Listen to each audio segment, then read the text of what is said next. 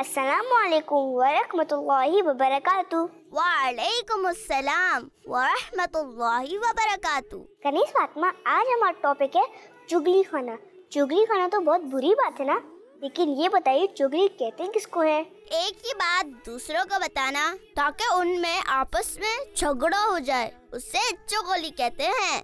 अच्छा ये बताइए चुगली करने से क्या नुकसान होता है? चुगलखोरी से दिलों में नफरत पैदा होती है। हमारे प्यारे नबी सल्लल्लाहु अलैहि वसल्लम ने फरमाया कि चुगलखोर जन्नत में नहीं जाएगा।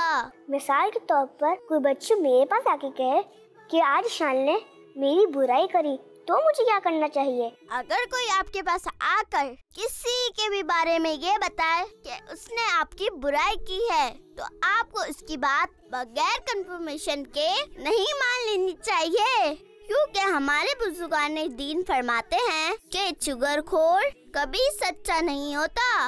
अच्छा, जज़ाकिल्लाहु खैरा। आज आपने हमें बहुत अच्छी बातें बताई। प्यारी बच्चों, आपको कनीज़ फातिमा की बातें समझ में आई? हमें एक की बात दूसरे को नहीं बताना चाहिए, इसमें आपस में लड़ाई झगड़ा हो सकता है।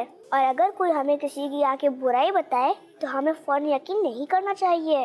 अल्लाह पाक हमें चुगली की गुनाह से बचाए, आमीन। बच्चों का मदनी चैनल आ गया।